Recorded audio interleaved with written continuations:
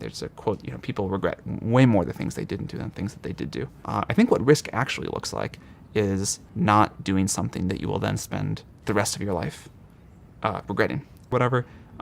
That's a great risk to take. And if you don't take that risk, I think you have a very high chance that you end up regretting that.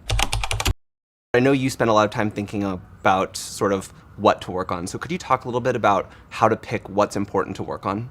I think you want to look for the intersection of what you're good at, what you enjoy, and where you can create value for the world. And in my experience, if you don't find something at the intersection of those three, it's hard to really have an impact. Sometimes you actually have to just try stuff to figure out what you like. But I really do think it is worth upfront thought about what you're going to spend most of your waking time doing. So I think it's really good when people think. And sort of in addition to what people are working on, I know at Y Combinator you talk a lot about who people are working on things with. Yeah. How do you advise people to select sort of who they're working on things with? This is really hard. I think I'll tell you some things I've learned, and I will admit that I don't have a perfect answer to this yet. But I think one thing is you should be willing to move. For whatever you're doing, there tend to be pockets of it around the world where there are similar people that are doing great work in whatever field you care about. And it's really worth trying to go be near them. And so, we get criticized sometimes at YC for having people move to the Bay Area, but bringing people together that are interested in this similar thing of startups, I think has been really valuable I think another thing that I have learned is that whenever I've helped people for no immediate benefit and with no intention of ever getting a benefit at all, time and again in my career, it has really later benefited me a lot. So I think just helping a lot of people and spending a lot of time with a lot of people has benefited me, years after I've really helped someone for no reason. I get to invest in their startup and it goes on to be a huge success. Or we're able to work on OpenAI together, any number of things. I think just trying to help a lot of people and out of that seeing who is really impressive and who gets things done is helpful. And in terms of how to actually get things done, so you've selected what to work on, who to work on it with, the best ways to actually accomplish big things. There's a Charlie Rose quote on this that I've always loved, and I've since added one more element to it. But the quote is that the way things get done in the world are through a combination of focus and personal connection. And the additional point I would make, after having thought about it for a while, is that the third factor is self-belief. You really have to have a deep-seated personal conviction that this thing you're going to do that a lot of people say is really stupid is going to work and going to be important. But I think those three things, focus, personal connections, and self-belief, in my experience. You've grown up and certainly through your 20s and now you've worked incredibly hard, and I know that a lot of the people around you have worked very hard. What's sort of the advice or the way that you think about your work-life balance in your 20s, and what do you recommend to people who want to do these things and also want to, experience their 20s? Well, I don't think I work as hard as a lot of people. I think I do work pretty hard, but I'd say I think it's compound interest is a good metaphor here.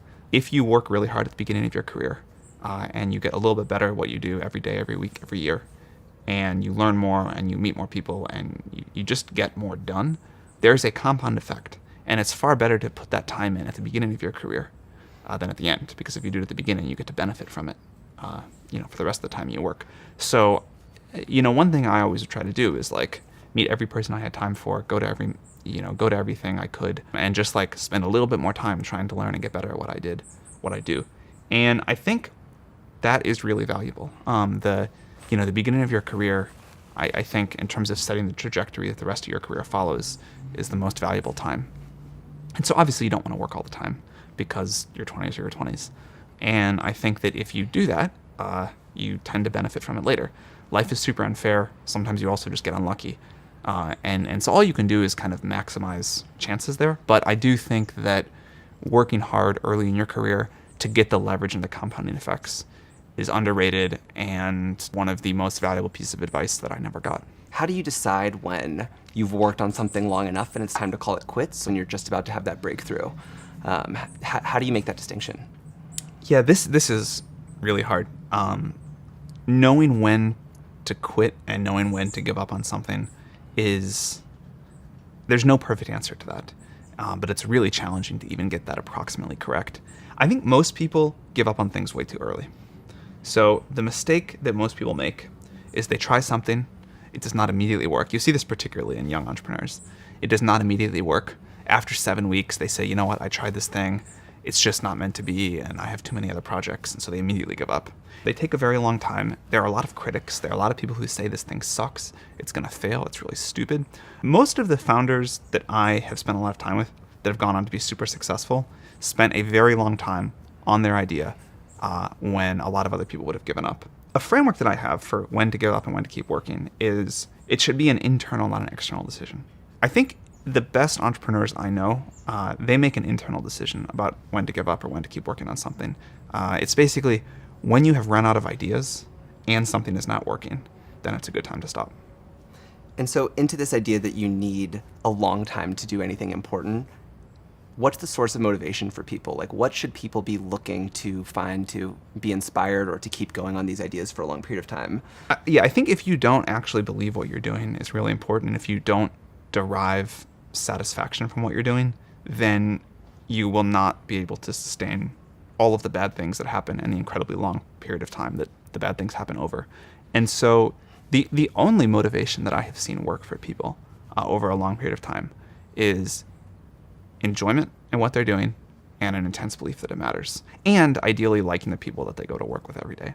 But pretty quickly, or at least in the first few years, I think a lot of people find a deeper mission for why they do what they do, and that drives them then for the rest of the time they work. Have you noticed a change in what motivates you over the last, say, 10 or 12 years?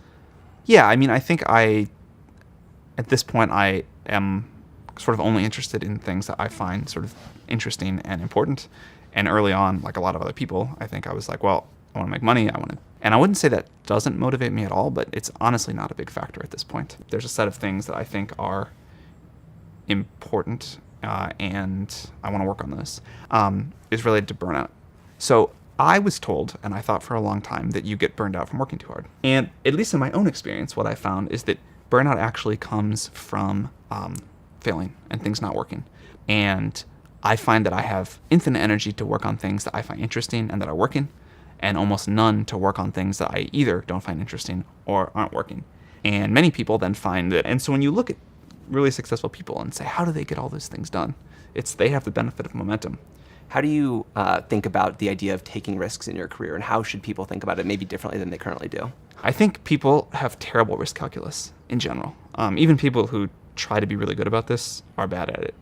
The answer, I think, is almost always A, you're wrong about what is risky and what is not risky, and B, most people don't take enough risk, especially early in your career. Being young and unknown and poor, that is actually a great gift in terms of the amount of risk you can take. And I think people don't capitalize on that enough. I think what risk actually looks like is not doing something that you will then spend the rest of your life regretting. And there's a quote, people regret way more the things they didn't do than things that they did do.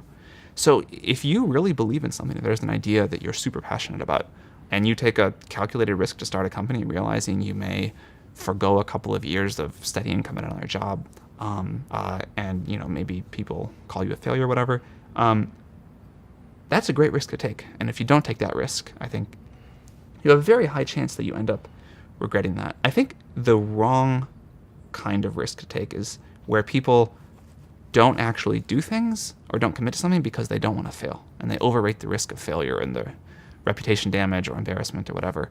I think one really important thing to strive for in your career is to be a doer, not a talker.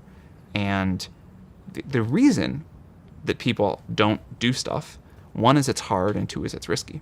And so you have these people that want to dabble in a bunch of different projects but never be all in on one. I think that's really bad. I think history belongs to the doers, and I think you should take a risk, actually do something. Don't just sit around and talk and organize and bring together groups and go to thought leadership conferences and whatever it is these people spend their time on other than actually building something, and just take the risk of committing to what you have conviction on. Yeah, and I think people also seem to have sort of the fear of being told no a lot and not asking for what they want. I'm sure that's something that you've encountered with people. This was one of the other things I learned that I wish I had gotten advice on early in my career. Ask for what you want.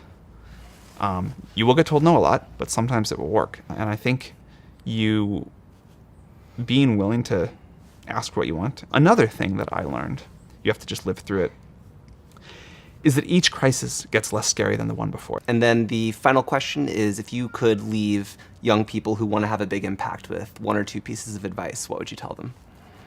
Well, I don't want to give people a specific field to go work on, because I think the whole idea is that people need to figure out themselves what they believe in and what they think and what they believe is high impact to work on for the future. So what I will say instead is it is really important to actually think hard about where you think you can make the biggest contribution that you're good at and the world needs and that you enjoy. Then go meet people to work with, go learn as much about that field as you can, and then have the courage of your convictions to actually take a risk and focus on it and go do something there. And that it's okay if you fail. And if you do fail, you'll not be in much different of a place than you are today, and you can go try the next thing. But it's I think, really important to be willing to go take a risk and make some amount of sacrifice to be able to try to impact the world. And I think the sooner you get to work on that, the better you'll be